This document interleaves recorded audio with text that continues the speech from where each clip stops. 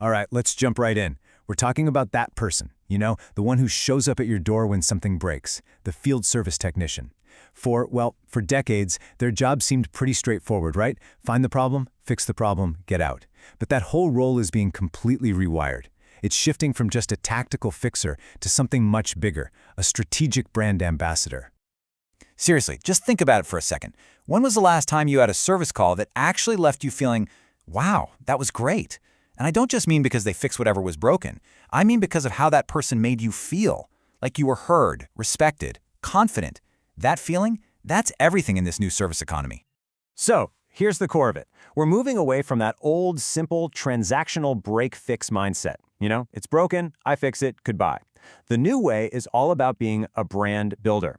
That technician, they're not just the face of a problem anymore. They are the face of your entire company. And that means their empathy, how clearly they communicate, that stuff matters just as much as their technical chops.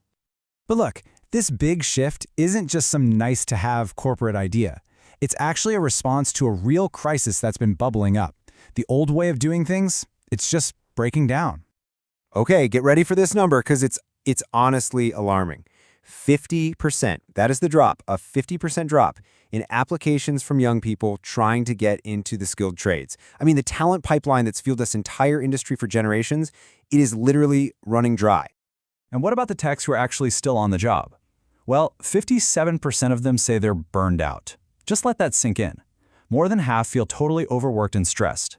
Companies are just asking more and more from fewer and fewer people, and that creates this vicious cycle that always ends in a bad experience for you, the customer. And this image, it just captures the whole mess perfectly. You've got a workforce under incredible pressure, a talent pool that's shrinking by the day, and customers who are just left feeling frustrated. This model is not sustainable. Something's got to give.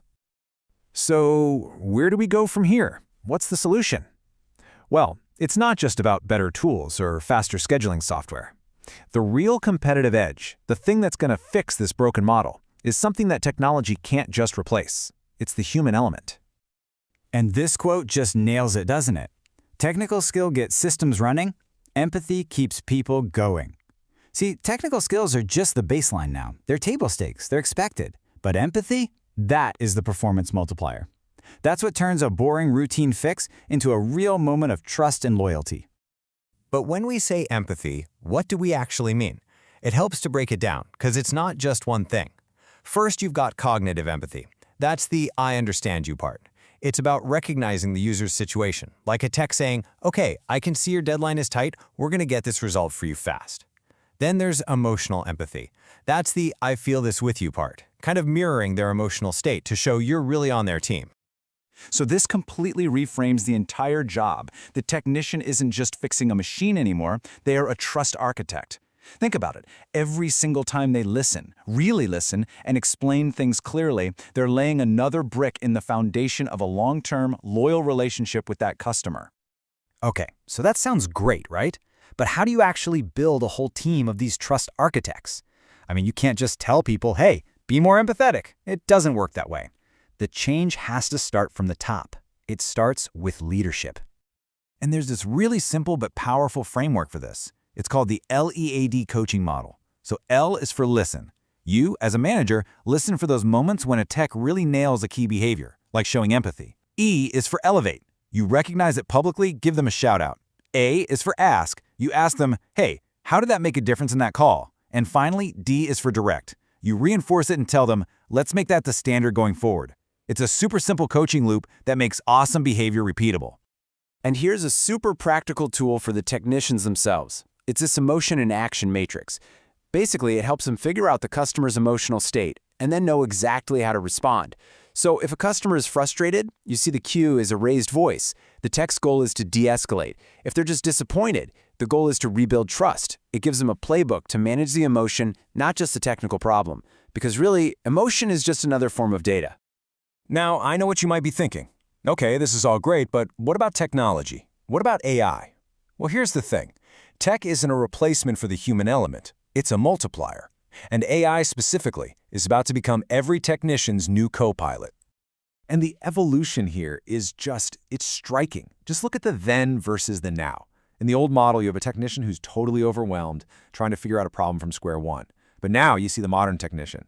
They're empowered by AI. They have all the data they could possibly need right in their hand, which frees them up to focus on the most important thing, the human connection with the customer.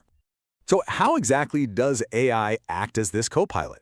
Well, it takes care of all the tedious, time-consuming stuff that causes burnout in the first place. It can summarize an entire service history in seconds. It can even predict which parts are likely to fail before they do. It automates all the boring reports and admin tasks, and it optimizes their routes. Basically, AI handles all the noise so the technician can focus on what really matters, building that human connection. Okay, so we've talked about the problem, and we've talked about the solution. But now for the big question, right? The business case. What's the actual return on investment, the ROI, for focusing so much on trust and empathy? Well, it all comes back to this proven model called the service profit chain. The logic is actually really simple, but it's incredibly powerful. It goes like this. When you invest in your employees and you make them happy, they deliver better service. That better service creates happy and loyal customers, and what do happy, loyal customers do? They directly drive your profitability and your growth. It's a direct chain reaction. And here's what that looks like in actual numbers. Research shows that when you implement these tools and this mindset, you can nearly double the profit generated per technician. We're talking about going from a baseline of 1x to 1.8x on the profit index. That's a huge financial impact. And this chart just lays it out crystal clear. You can draw a straight line from these specific behaviors to real business outcomes. So, you train your team to act with empathy, boom, you get fewer service escalations. You teach them to communicate clearly, your net trust score goes up.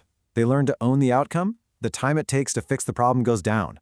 See, these aren't just soft skills anymore. They are hard dollar drivers. All right, so let's start to wrap this up. We're living in a time of just unbelievable technological change, right?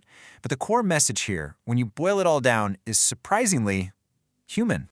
So we'll leave you with this final big question to think about. In an age of AI, where more and more of the technical work gets automated, could it be that your greatest technical advantage is actually human? The most durable, powerful, and strategic advantage you can build might just be the one thing AI can't ever replicate, a genuine human connection.